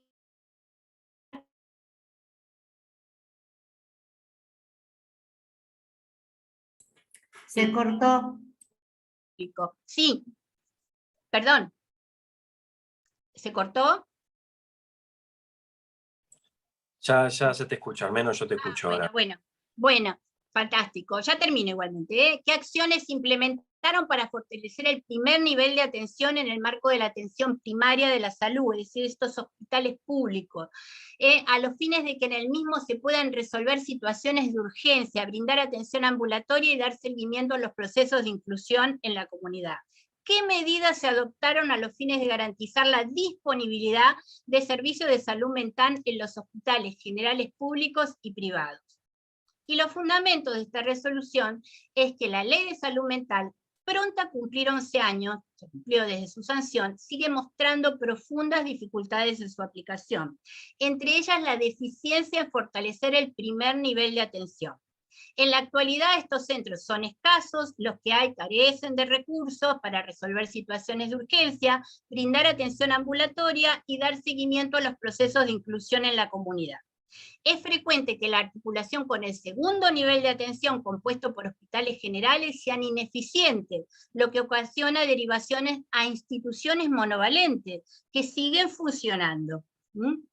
Ahora, no se encuentra garantizada la atención de la salud mental en la totalidad de los hospitales generales. Los escasos dispositivos comunitarios a los fines de cubrir la demanda de aquellas personas con discapacidad psicosocial, hay falta de formación también en los profesionales de salud para poder dar cumplimiento a la ley, incumplimiento de numerosas jurisdicciones respecto a la obligación de crear órganos de revisiones locales, falta de producción de información y datos estadísticos oficiales ante esta Cámara a brindar informes y la falta de recursos presupuestarios destinados a políticas de salud mental. Para el caso de la CEDRONAR, el presupuesto vigente al cierre del ejercicio correspondiente a 2020 fue un 0,8% más bajo que el del 2014. En la propia página del Poder Ejecutivo Nacional se afirma que, contrario a lo que se cree, los padecimientos mentales no son un problema poco frecuente. Estudios de la Organización Mundial de la Salud y de la Organización Panamericana de la Salud dan cuenta que los trastornos mentales están dentro de las 5 primeras causas de enfermedad en América. Y el alcohol y la depresión son los problemas más frecuentes de salud mental. En nuestro país, 1 de cada 3 personas presentan un problema de salud mental a partir de los 20 años. A eso le tenemos que agregar los que se suicidan, los que quedan en el camino. Las problemáticas más frecuentes son trastorno de ansiedad, estado de ánimo y los problemas por consumo de sustancias. Es por todo ello que resulta altamente preocupante que se esté cumpliendo con aquello que establece la ley respecto del deber del Poder Ejecutivo de destinar el 10% del gasto total de salud mental. Muchas gracias.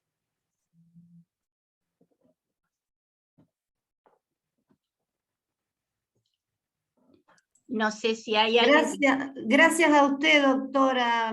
Acá mi nombre es Mirna Fojo Cornejo. Gracias por haber, excelente su charla y lo que ha hecho llegar como proyecto, pero yo le voy a dar mi apreciación. La verdad que como abogada, ni siquiera le voy a hablar como ciudadana, voy a hablar como abogada. Vergüenza siento de un sistema jurídico que tenemos, un sistema que no funciona, que no da respuesta en el 90-95% en todo el país. Y que nosotros, en este caso yo soy de Córdoba, provincias como ustedes, la primera, Buenos Aires, Córdoba, la segunda, Santa Fe, con un problema de narcotráfico tremendo, narcoestado prácticamente. Estemos como estamos. Ni siquiera somos capaces la comunidad intelectual de intervenir, y no hablo desde una bandera política, porque son todos iguales. Hablo como nación, ¿no? ¿Cómo no tenemos capacidad nosotros de unirnos, que somos los que sabemos que el poder más importante de una, entre comillas, democracia, es el poder judicial? Es esto, ¿no? La justicia. Es lo que quería expresarle, doctor. Muchísimas gracias, Mirna. Increíble, sí, no, increíble, increíble porque gracias, Mirna. Córdoba Acá hay un problema sí, yo siempre en mis charlas digo lo mismo. Acá hay un problema en nuestro país de inflación legislativa, pero claro, hay esa inflación legislativa y las pocas leyes que se pueden realmente cumplir no se cumplen porque falta realmente implementar las medidas para hacerlas cumplir. Y yo creo que este clamor social que hoy en día se escucha, y yo creo que de todos los ámbitos, nosotros somos abogados, pero no dejamos de ser personas, y no estamos exentos que nuestros hijos, con alguna persona que queremos mucho, esté pasando por esa situación. Y nos va a quedar corto ser abogados, porque con eso no vamos a poder hacer nada. Tampoco vamos a poder hacer nada con los proyectos, son proyectos nada más. Después vamos a ver la práctica de todos esos proyectos. Yo les voy a mandar 2 PowerPoint, porque en realidad, es decir, para que tengan distintas miradas. A decir, los que legislan también, parece que legislan para Suiza, no legislan para Argentina. Es decir, porque tenemos que tener en consideración para quién estamos legislando. ¿Qué es lo que Argentina ahí está el problema, puede? ahí está el problema, doctora, ahí está el problema. Y en los poderes, el Estado ausente, no existe. Y en los poderes, el legislativo. O sea, ahí está el tema, pero no hacemos nada. Hay un sector. Bueno, ya ver proyectos es hacer algo. Yo creo que por eso yo le decía, acá cuando realmente hay un proyecto de ley, no trabajan solamente los legisladores, trabajan organizaciones sociales, trabaja la sociedad entera. Ustedes saben que hay reuniones, tanto en diputados como en senadores, donde realmente se hablan de estos proyectos, uno puede dar sus opiniones. Yo creo que hay que estar dentro de ese tipo de cocina, hay que involucrarse en esas situaciones, ¿sí? Y el tema de la ley de salud mental es un tema muy especial porque toca, yo creo que a todo el mundo lo toca, aristas muy importantes. Si tenemos en cuenta estas estadísticas, que es tan alto el nivel de personas, que es lógico porque vivimos en una situación de estrés permanente, es decir, nadie está exento de caer en las adicciones hoy en día porque es moneda corriente y hasta lo hacen parecer como que es algo necesario para vivir. Entonces, en un punto, nosotros tenemos que pensar, por el solo hecho también de ser más grandes, de cumplir años, que vamos a tener un padecimiento de salud mental. Desde ya avanza muchísimo el Alzheimer, situaciones neurológicas muy complicadas, pero bueno, todo eso tiene relación con la salud. Hablamos de la salud y pareciera que la salud mental es otra cosa, como que tiene, digamos, una identidad inferior que la salud física, pero lamentablemente yo puedo estar divina, pero si estoy postrado en una cama y no sé dónde estoy, es decir, no tengo noción espacio-temporal, en realidad soy un vegetal. Entonces la idea es comprender todo en su magnitud, ¿sí? Y como un todo, porque la salud es eso, es un todo, y para tener en cuenta y que nos llenamos la boca todos de los tratados de derechos humanos, hay que empezar por implementarlo, porque si no es solamente para, digamos, es cotillón, como dice una conocida actriz, esto es cotillón. Es decir, nos llenamos la boca de que existe esto, existe el otro, adherimos a esto, adherimos a aquello, no estamos preparados para nada. ¿Para qué adherimos si no tenemos posibilidades de cumplirlo? Bueno, perdonen porque... La verdad, le agradezco muchísimo desde el Instituto de Salud, la verdad que le agradezco muchísimo. Yo tuve la suerte de trabajar y seguir trabajando, ahora estoy justamente en el ámbito de salud mental, en el ministerio, pero siempre trabajé como abogada en hospitales públicos y realicé siempre capacitaciones. Por eso es que con Pachila, que también estamos trabajando en salud, es como que juntamos las dos áreas bastante, digamos... Y es muy interesante juntar esas áreas. Claro, yo durante uno lo puede ver desde otro ámbito. Perdón, yo trabajaba en la Procuración General y durante 35 años me tocó internar gente, y realmente gente muy vulnerable, y yo hablo desde lo económico, porque estaba en lo que se llamaba el patrocinio jurídico gratuito del gobierno de la Ciudad de Buenos Aires, hoy tiene otro nombre, y realmente la conjunción de la salud mental con personas que no tienen los medios necesarios es como vivir en esta vida un infierno. Y yo creo y que un poco justamente lo que me gustó del tema de las propuestas, y más allá de que es verdad que nos da vergüenza, que a veces no se enoja, todas estas situaciones, pero yo lo miro desde otra óptica, o sea, desde una óptica un poquito más, quizás positiva, por decirlo de alguna forma. Claro. Y yo creo que hay muchas cosas que, si bien es verdad, hay que cambiar leyes, hay que generar recursos, todo eso estoy totalmente de acuerdo. Pero también veo que desde parte de las distintas otros tipos de profesiones, que son las que están más relacionadas con la atención médica de los pacientes con salud mental, y me van a odiar las trabajadoras sociales, los psiquiatras y los psicólogos, pero bueno, yo trabajo con ellos a codo. Y justamente creo que una de las cosas o las propuestas que uno haría en pos de mejorar esto es mejorar también los planes de estudio de las universidades para que los preparen desde el vamos para hablar justamente, a mí me gusta más hablar de la prevención, porque la prevención es lo que permite que no estemos hablando de esto. Totalmente de acuerdo, no hay política de prevención, pero no en esto, en muchas áreas. Es decir, es el peligro cierto, fíjate vos, lo que estás diciendo, y tenemos que llegar al peligro cierto inminente. Pero ese peligro cierto inminente es una palabra nada más, es un instante, y ahí se fue una persona. Y bueno, y justamente eso, y a veces hay desidia, falta de ganas, vos ves que por ahí se juntan un montón y pasa el tiempo, y por lo menos digo, bueno, entonces armemos algún protocolo de atención, como yo armé los protocolos, por ejemplo, sobre violencia en las instituciones públicas, y bueno, es una forma de empezar a trabajar, o sea, ponernos en el hombro un poco esto, y no esperar que los grandes, que lo vemos como los grandes, por eso que a veces uno participa, o legisladores, o Estado, yo creo que el Estado también somos un poco nosotros. Por eso se te digo, pueden hacer un montón de cosas sin necesidad de estar pensando, entiendo porque, a ver, si nosotros tenemos dentro de un hospital, el Hospital General en el cual trabajé muchos años y fui por varios hospitales de la provincia, y todos tienen un grupo de trabajadoras sociales, de psicólogos, de psiquiatras. ¿Por qué no se puede armar desde el Ministerio de Salud? Y esa es una de las cosas que con lo tuyo me va a dar el empuje para poder hablarlo en la reunión la semana que viene. Pero digo, ¿por qué no desde ese ámbito donde inclusive este año se han nombrado una gran cantidad de psicólogos, trabajadores sociales y psiquiatras en la provincia? Hablo de Buenos Aires.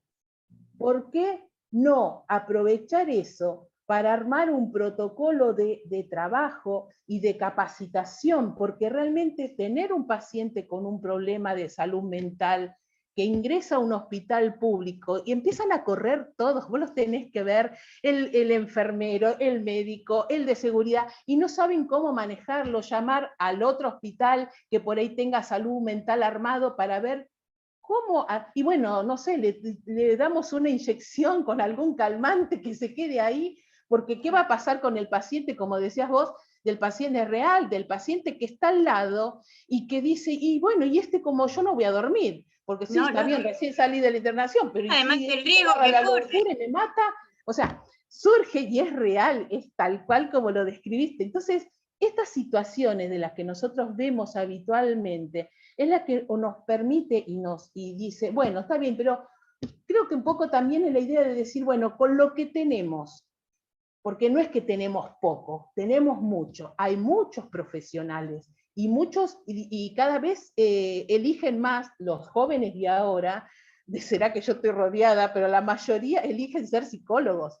Entonces yo digo, a ver, tenemos mano de obra, y no estoy hablando, y muchos están insertados adentro de, mal insertados, porque a veces están puestos en lugares realizando tareas administrativas que no sería lo que tendrían que hacer, y capacitarlos para eso. y armar un equipo de trabajo para eso. Entonces, usemos lo que tenemos. Yo entiendo que tenemos que ir por más, pero también es cierto que estos proyectos, algunos son muy lindos, tan bárbaros, pero como decís vos, para Suiza, para otros países. Es como que aspiran a mucho, digamos, como que aspiran mucho. No está mal, te digo, no, uno tiene que aspirar. Hay que aspirar mejor, siempre a más, pero empecemos a usar lo que tenemos. Claro, pero tengamos algo en cuenta que lo puse en el Power 30 veces. Presupuesto. Claro, pero armemos algo con lo que ya tenemos, con la gente que ya está nombrada. Yo tuve que intervenir como jurado en gente que para ingresar a los hospitales, y entraron un montón de cargos. Entonces digo, pero no alcanza eso. Tenemos. María, No alcanza, pero a ver, los que tenemos no lo usan para eso tampoco. Exacto. Lo usan para hacer tareas estadísticas, administrativas,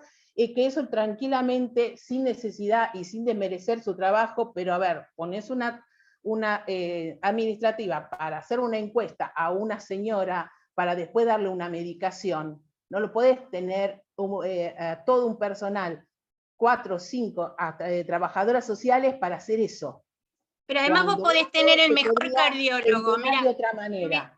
Claro, vos podés tener el mejor cardiólogo, 30 cardiólogos, el mejor anestesista, pero si no tenés una sala equipada con la mejor, viste, los mejores aparatos, los últimos aparatos, como para sacar adelante al paciente, esa cantidad de profesionales solo no alcanza. Hay que capacitarlos, bueno, hay que capacitarlos. Sí, no, y vuelvo a lo mismo, y poner plata para que todo funcione y que esté, lo que es necesario que esté en ese lugar. Pero bueno, yo no estoy lamentablemente. Quería colaborar porque realmente te escuchaba y digo, me sentía y era como que digo, me seguís dando letra para seguir la semana que viene hablando. Mira, tengo 10 años, podemos seguir hablando de esto. Espero que les sea útil los PowerPoint. Ahí van a tener, yo creo que 4 o 5 proyectos, hice 2 PowerPoint para que ustedes lo tengan y lo vayan leyendo. Y saquen sus propias conclusiones, porque de todos los proyectos ustedes van a poder sacar algo positivo para poder aplicar. Y eso me parece interesante, pero para eso necesitamos tiempo. Así que bueno, por mi parte yo los saludo, vuelvo a agradecerle a todos los que se han quedado durante todo este tiempo, porque es una gesta hoy quedarse en un Zoom hasta último momento. Les puedo asegurar que me pasa a mí también, es decir, paso la primera hora y ya me voy cayendo, es decir, porque es así, en realidad nos cuesta hoy prestar atención más de media hora, yo no sé qué nos pasa, el tema de salud mental, así que bueno, les agradezco un montón, para mí fue un placer compartir con el doctor Francisco Filippini, que la verdad que lo admiro muchísimo, y que me haya invitado, bueno, realmente... Necesitamos más asesores así. Necesitamos así, y bueno, María Amelia, te agradezco muchísimo. No, por favor. Bueno, les mando un beso a todos muy grande. Gracias. Muchísimas gracias. Buenas tardes. Chao, buenas tardes a todos. Buenas tardes. Hasta luego.